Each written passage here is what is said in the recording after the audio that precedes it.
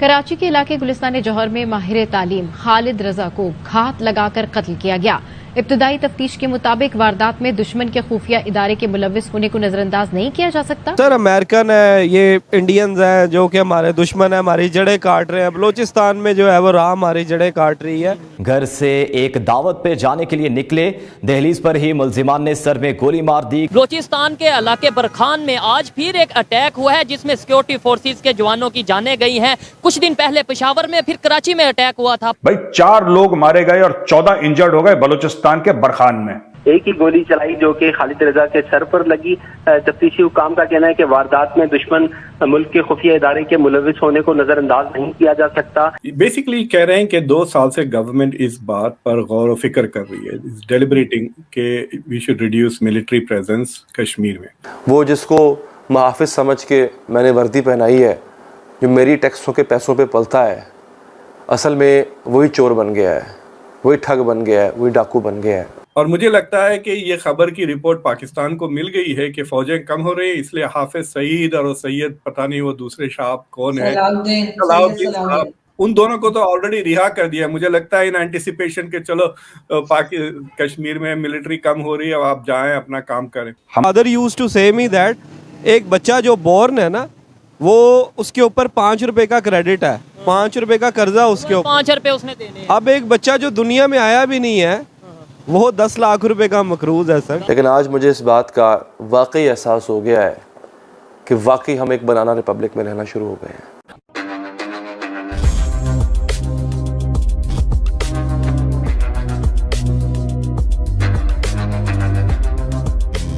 दोस्तों, पाकिस्तान से एक बड़ी न्यूज़ निकल के सामने आ रही है और वो ये है कि एंटी इंडिया मिलिटेंट ग्रुप अल ब्रदर का एक मिलिटेंट सैयद खालिद रजा मारा गया है। इसके पहले भी हमने सुना था कि हिजबुल मुजाहिदीन का एक कमांडर को भी मार दिया गया था।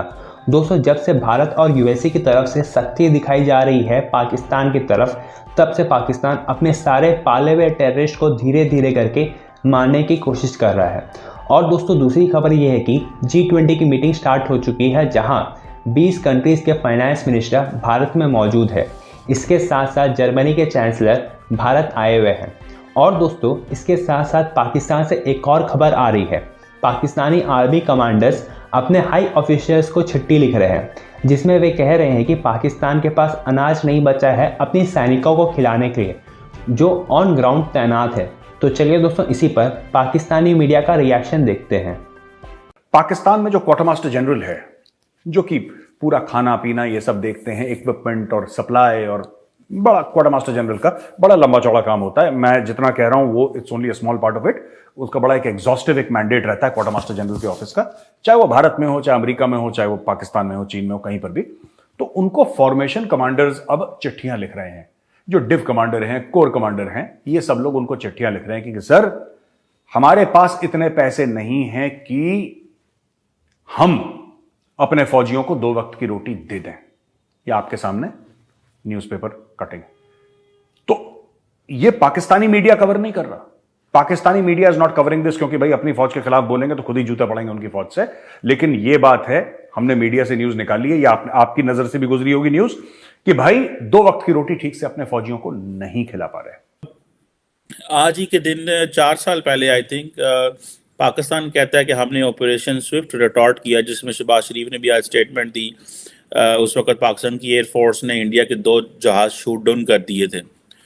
इंडिया के 2 जहाज शूट डाउन करने से पहले जो इंडिया ने अटैक किया था अब्रे साहब, उसको इंटरनेशनल कम्युनिटी ने लेजिटिमाइज करार दिया था। हम ये बात नहीं कर रहे कि उसकी लेजिटिमेसी क्यों इंटरनेशनल कम्युनिटी ने की थी, हम ये बात कर रहे हैं कि हमने 2 जहाज गिराए उनके। बिल्कुल ठीक है, जहाज गिराना चाहिए। अगर देखिए आपकी कोई सरजमीन में घुसता है और वो आपके ऊपर एक्शन करता है तो आपको भी रिस्पॉन्ड करना चाहिए, जो कि पाकिस्तान ने किया। लेकिन इंटरनेशनल कम्युनिटी का पाकिस्तान को, मुझे याद है उस वक्त आई थिंक अमेरिका में रिपब्लिकन्स की गवर्नमेंट थी, तो उन्होंने कहा जी ठीक है, ये इंडिया का हक था जो उन्होंने किया, और इंटरनेशनल कम्युनिटी में किसी मुल्क ने इसको कंडेम नहीं किया था। आप इसको कैसे देखते हैं? ये भी एक डिप्लोमेटिक आइसोलेशन की मिसाल है। नहीं देखें जी, वो एक माहौल तो उस वक्त क्रिएट हो गया था और अभी मौजूद है।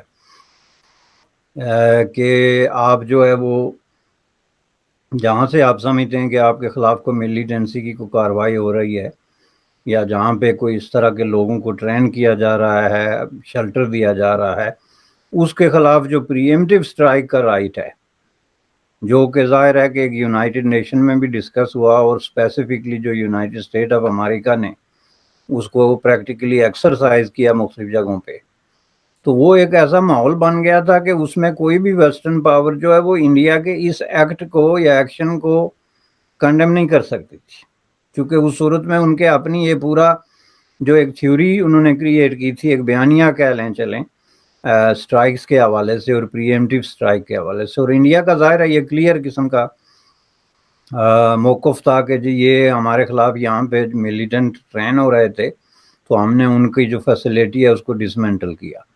हमने कोई पाकिस्तान पे हमला नहीं किया, एक टारगेटेड किस्म की फैसिलिटी है। और उस वक्त माहौल ये था कि आप कहीं भी इस तरह की टारगेटेड फैसिलिटी जो है उसको तबाह कर देते, इवन शहर लाहौर में आके या किसी इस तरह की जगह पे, फिर भी किसी ने उसको कंडेम नहीं करना था। अब भी माहौल तकरीबन वही है, लेकिन ये बात जो है वो बहुत सारे पाकिस्तान के पॉलिसी सायाज लोगों की समझ में नहीं आती।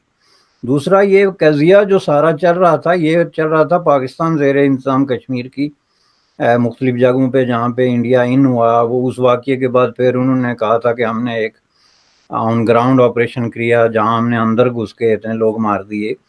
तो उसमें बुनियादी तौर पे चूँकि ये पाकिस्तानी ज़ेर इंतज़ाम कश्मीर को इंटरनेशनली एक डिस्प्यूटेड टेरिटोरी समझा जाता है, इस पे कोई क्वेश्चन है ही नहीं। दुनिया का हर मुल्क समझता है कि ये डिस्प्यूटेड टेरिटोरी है। मैप्स जो उनके सरकारी हैं वो आप देख लें, कोई भी उसको ये नहीं कहता कि ये part and parcel of Pakistan है। तो इस हिसाब से चूँकि वो डिस्प्यूटेड के अलावा इंडिया का क्लेम है कि नहीं जी ये हमारी टेरिटोरी है, तो अपनी टेरिटोरी के अंदर हम अगर हमारे ख़िलाफ़ कोई इस तरह की कोई कुव्वतें जो हैं वो बैठी हुई हैं या ट्रेन हो रही हैं या उनको फैसिलिटेट किया जा रहा है, तो उनको डिसमेंटल करना हमारा राइट है। अब आप ये देखें कि उसको पाकिस्तान ने भी डाउन प्ले किया था। ये खबर आप दोबारा देखें कि इंडिया का दावा ये था कि हमने कोई तकरीबन 25 जो है वो लोग मारे हैं जो अपने आप को मुजाहिदीन या फाइटर या जो भी कहते हैं। पाकिस्तान के किसी प्रेस ने जो है वो उस पर नहीं लिखा। अब पाकिस्तान इस बात को जब डाउन प्ले करेगा और छुपाएगा कि ऐसा कोई वाक़या ही नहीं हुआ, चूँकि अगर हम ऐसा वाक़या तस्लीम करते हैं तो इससे हमारी नाअहली साबित होती है, तो उस सूरत में आपकी हमायत कौन करेगा? ये तो पाकिस्तान की यही पॉलिसी है जिसने इसको घुटनों पे किया, और अब ये घुटनों पे होके तो लोग बेचारे हाथ जोड़ने पे मजबूर हो गया। देखें इसको मुशर्रफ की पॉलिसी से जोड़ के देखें कि मुशर्रफ जो है वो मुजाहिदीन को लेके चढ़ गया था कारगिल पे, और उसने कहा था कि जी ये मुजाहिदीन हैं, फौजियों को चोगे पहनाए थे उसने। अब जब वो सिचुएशन ख़राब हुई तो वो ये कह ही नहीं सकता था कि ये हमारे फौजी हैं। वो जो ये आम बात चलती है ना कि पाकिस्तान ने अपने फौजियों की लाशें वसूल करने से इनकार कर दिया था, तो वो लाशें कैसे वसूल करे जब आपका नैरेटिव ये है कि ये फौजी है ही नहीं भाई, ये तो मुजाहिदीन है। अब बिल्कुल इसी तरह कश्मीर में जब आप ये कहते हैं कि यहाँ कोई ना फैसिलिटी है, ना अड्डा है, ना ट्रेनिंग सेंटर है, तो इंडिया जो है वो टहलता हुआ आके वहाँ 20-25 बंदे मार दे, तो आप कैसे दुनिया को बताएंगे कि नहीं जी इन्होंने कोई इंटरवेंशन किया, बंदे मारे हैं? आप कहते हो बंदे ही नहीं है।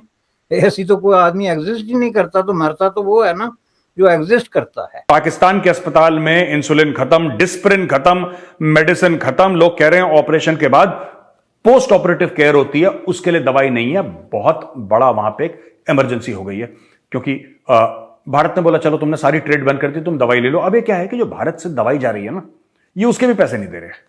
अब यार जो भारत में जो मैन्युफैक्चरर है या सप्लायर है, होलसेलर है, वो कहता है साहब हम आपको दवाई देंगे, हमें स्पेशल परमिशन मिल गई इंडियन गवर्नमेंट से कि हम पाकिस्तान कम से कम दवाइयां भेज सकते हैं, ठीक है, लेकिन इसके पैसे तो दोगे ना आप यार।